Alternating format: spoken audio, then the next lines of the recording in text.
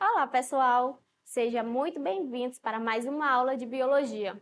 Meu nome é Joverlaine e o tema da nossa aula de hoje é Fisiologia Vegetal, parte 2.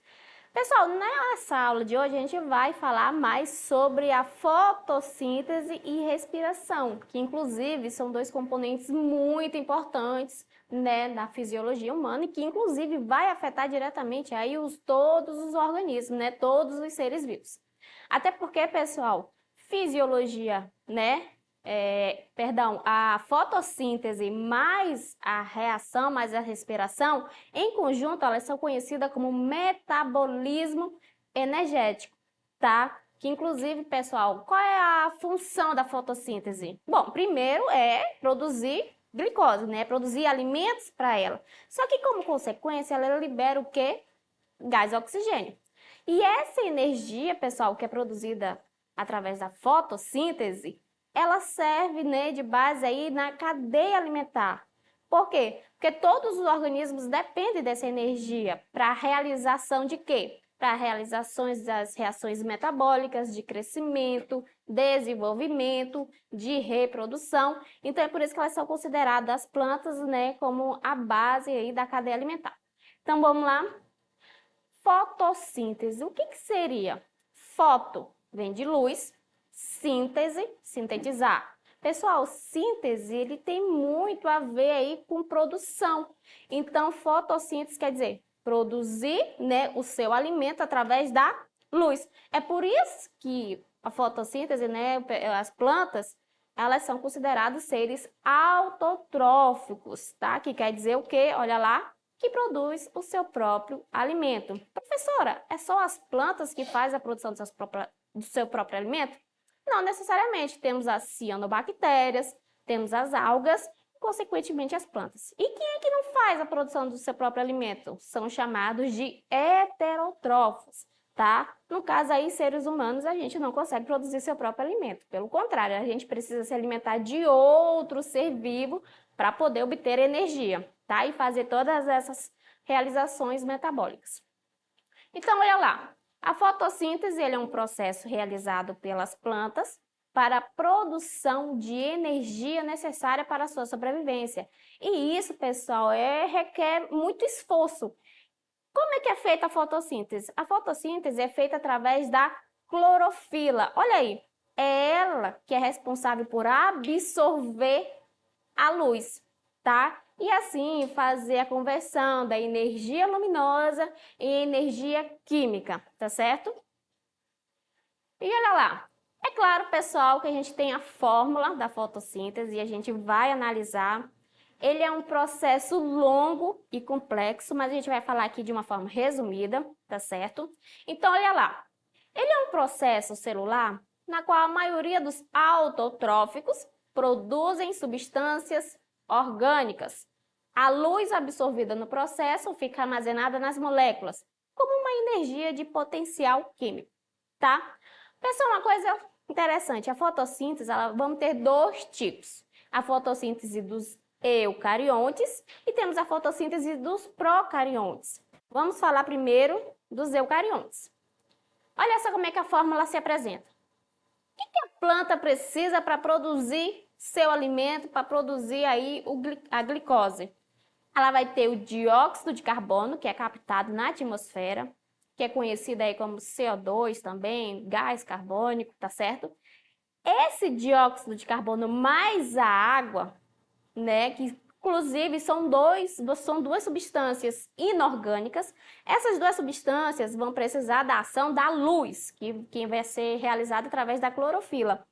Nesse produto, pessoal, a gente vai ter um reagente. Então, como consequência, a gente vai ter a produção de glicose, que é para a planta, né, seu alimento, e contrapartida ela vai liberar o quê? A água mais oxigênio, tá certo? Então, é assim a fórmula da planta, é ela que faz, né, a fotossíntese.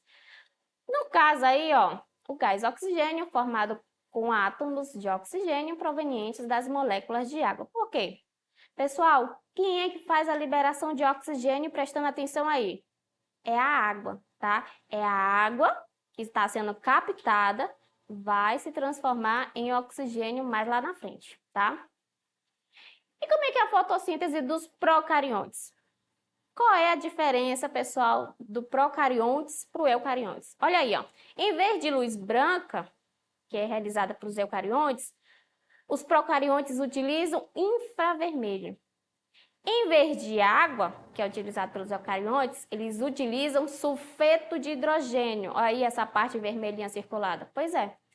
E liberam enxofre ao invés de água. Mas uma coisa que não muda, pessoal, as duas vão produzir glicose, tá? Tanto nas eucariontes como nas procariontes, as duas estão produzindo seu alimento, que é a glicose, tá certo?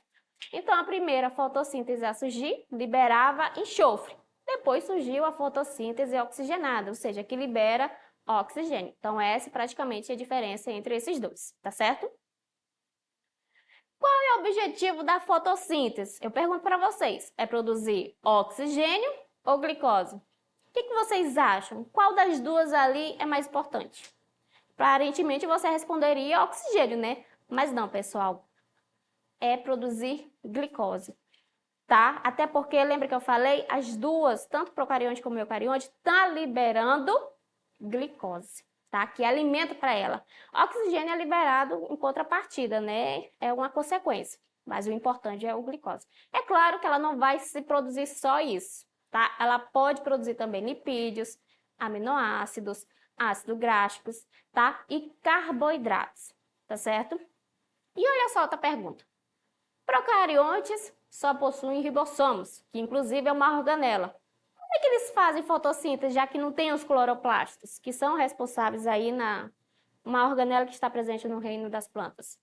Pessoal, olha só, os procariontes eles não possuem cloroplastos, mas têm a clorofila, ela que absorve a luz solar. É claro que com os cloroplastos fica mais fácil, né, de absorver, mas a clorofila já faz essa função aí nos seres procariontes, tá certo? Então, eles possuem sim clorofila, por isso que eles conseguem fazer a fotossíntese. E olha só, a gente viu, né, que tem dois tipos de fotossíntese. Mas agora a gente vai se atentar só para a fotossíntese dos eucariontes, dos autotróficos. E olha só como é que é feito. Essa fotossíntese é dividida em duas fases. Temos a fase clara, ou fotoquímica. Tá vendo aí? Essa fase, pessoal, acontece no tilacoide. Olha aí a estruturazinha na imagem. É onde acontecem as reações dependentes de luz. Fase clara vai acontecer na presença de luz. Então, na fase escura, acontece na fase escura, professora? Não. A fase escura, ela vai acontecer em qualquer momento. É nessa fase escura, tá? Que é conhecida também como bioquímica ou enzimática, ele vai acontecer numa estrutura chamada de estroma, que é a fixação do carbono. É nesse estroma que vai acontecer as reações químicas que vai fazer a produção de glicose. Olha só, qual das duas fases é mais importante? Fase clara ou a fase escura? Nesse caso, pessoal, seria a fase escura. Lembra que eu falei? É nela que vai acontecer as reações químicas. É nela que vai acontecer a produção de glicose. E lembra também que eu perguntei lá no início? Qual é a mais importante, produzir glicose ou oxigênio? Glicose, tá certo? Então, a fase escura, ela se destaca, tá certo? Então, vamos lá. Olha só como é que acontece a fase clara e a fase escura. A fase escura, qual é a função dela? É captar o gás carbônico, CO2, e transformar em glicose, que é o C6H12 e O6. Essa é a fórmula da glicose. Só que o que acontece, pessoal? A fase escura, ela precisa de três componentes, que é conhecida como hidrogênio, elétrons e ATP, para que, né, consiga fazer a sua fase. Só que quem vai me fornecer esses três componentes é a fase clara, tá? E olha só, aqui na fase clara a gente tem o H2O, que é a água. Só que o que vai acontecer com essa água? Essa água ela vai, né, sofrer uma fotólise da água. Para quem não sabe, fotólise quer dizer o quê? Lise, pessoal, quer dizer quebra. Fotoluz. Então, é uma quebra da água através da luz. Só que quando essa água acontece, essa fotólise, né, o que vai acontecer? Vai separar. Então, a gente aí vai ter o O2, o oxigênio. Com o oxigênio, a gente vai ter o hidrogênio mais alguns elétrons. Opa, já tenho duas estruturas aí para minha fase escura, tá? Então, a água vai se quebrar e vai transformar em hidrogênio, oxigênio e elétrons. Só que esses componentes que foram, né, foram transformados na fase clara, eles precisam ser levados para a fase escura. E como é que ele vai ser levado? Ele vai ser levado, pessoal, através do NADP, tá? É ele que vai fazer a função de transportar esses componentes para a fase escura, porque ela precisa. E o ATP, como é que é feito, professora? O ATP é feito através dos cloroplastos, que absorve a luz. Então, como é que acontece? Absorve a luz, que é uma energia luminosa, vai se transformar através das reações químicas, energia química. Essa energia química é o ATP, é a energia que a fase escura precisa. Então, ela, né, vai ser produzida na fase clara, porém ela vai ser consumida na fase escura, tá certo? Então, é desse jeito que acontecem as duas fases da fotossíntese, tá? Ah, tá, uma coisa interessante. A fase escura é também conhecida como ciclo de Calvin-Benson, tá certo? E olha lá, qual a importância da fotossíntese? Como vocês sabem, a fotossíntese é a produção de energia. É por isso que ela é considerada a base da cadeia alimentar, porque essa energia é transmitida para os outros organismos, tá? Então, a energia contida na matéria orgânica, produzida pelos organismos autotróficos, é transmitida aos heterotróficos pela cadeia alimentar, tá? É por isso que elas aí são tão importantes para o nosso ecossistema, tá ok? E olha só, respiração nas plantas. A respiração nas plantas, ela é um tipo aeróbica, tá certo? Que acontece, gente, através da presença de oxigênio, tá? Ela que gera a degradação da glicose, que foi logo após o processo da fotossíntese. Isso ocorre especificamente em 3 etapas.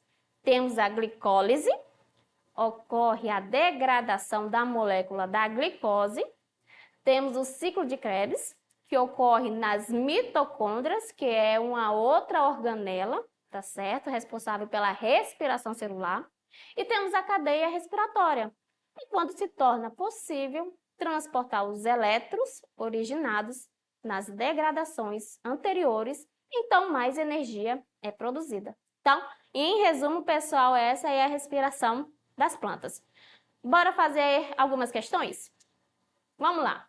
Essa é uma questão da prova Enem, do 2º ano do ensino médio, página 17, questão 8, perdão. Pulgões, tanto jovens, ninfas, quanto adultos, alimentam-se de seiva, causando danos ao trigo desde a emergência das plantas até os grãos que estejam completamente formados, né, que é o estágio aí do grão em massa. Os danos dos pulgões podem ser ocasionados diretamente através da sucção da seiva e de suas consequências no rendimento de grãos, como diminuição de tamanho, número e peso de grãos. Um dos principais danos indiretos, pessoal, é a transmissão de um agente fitopatogênico, que reduz o potencial de produção de trigo, o vírus do nanismo amarelo da cevada. Então, vamos lá. Sobre os pulgões, é correto afirmar que, alternativa A, só são nocivos a plantas quando se alimentam da seiva mineral, pois impedem a realização da fotossíntese? Alternativa B, podem dificultar a realização da fotossíntese na planta e se aproveitar de seus produtos? Alternativa C, invariavelmente, eles levam a planta à morte rapidamente.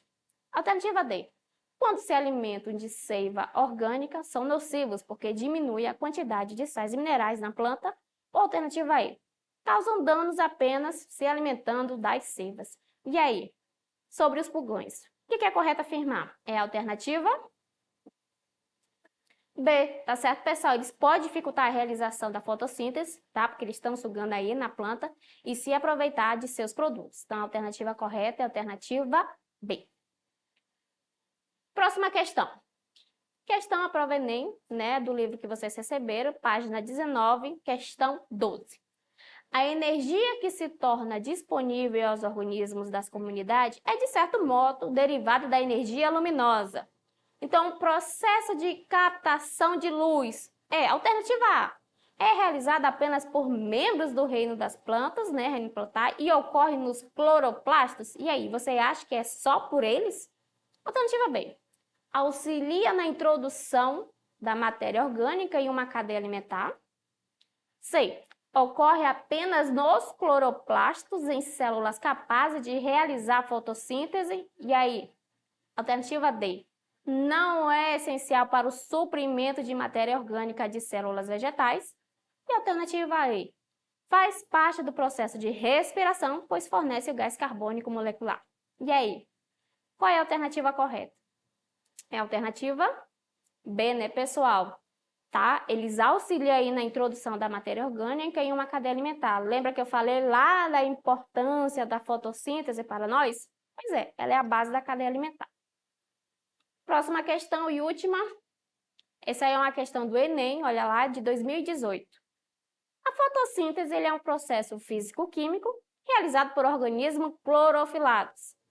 Nos vegetais é dividido em duas fases complementares.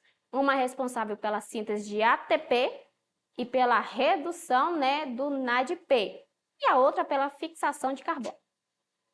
Para que a etapa produtora de ADP e NADP ocorra, são essenciais. E aí, pessoal? ATP é produzida através de quem? Alternativa A, água e oxigênio. Alternativa B, glicose e oxigênio. Alternativa C, radiação luminosa e água. Alternativa D, glicose e radiação luminosa. Ou alternativa E, oxigênio e dióxido de carbono. Lembra que eu falei, pessoal, quem é que produz o ATP? É através das clorofilas, que faz o processo da captação da luz. Então, daí você já diria o quê? A professora aí é radiação luminosa. Então, a única alternativa que fala de radiação luminosa sobre o ATP é a alternativa C, tá certo? E o NADP, lembra que eu falei, ocorre através da fotólise da água, da quebra da água através da luz, tá? Então, alternativa correta, alternativa C. E olha só como é que cai no Enem, né? Tranquilo, estudando, dá certo, tá? Bom, pessoal, a gente encerra por aqui. Espero que vocês tenham entendido a aula de hoje. Reveja quantas vezes vocês quiserem. Não esquece de acessar a nossa plataforma para ficar por dentro de todas as nossas aulas. Até a próxima. Tchau, tchau!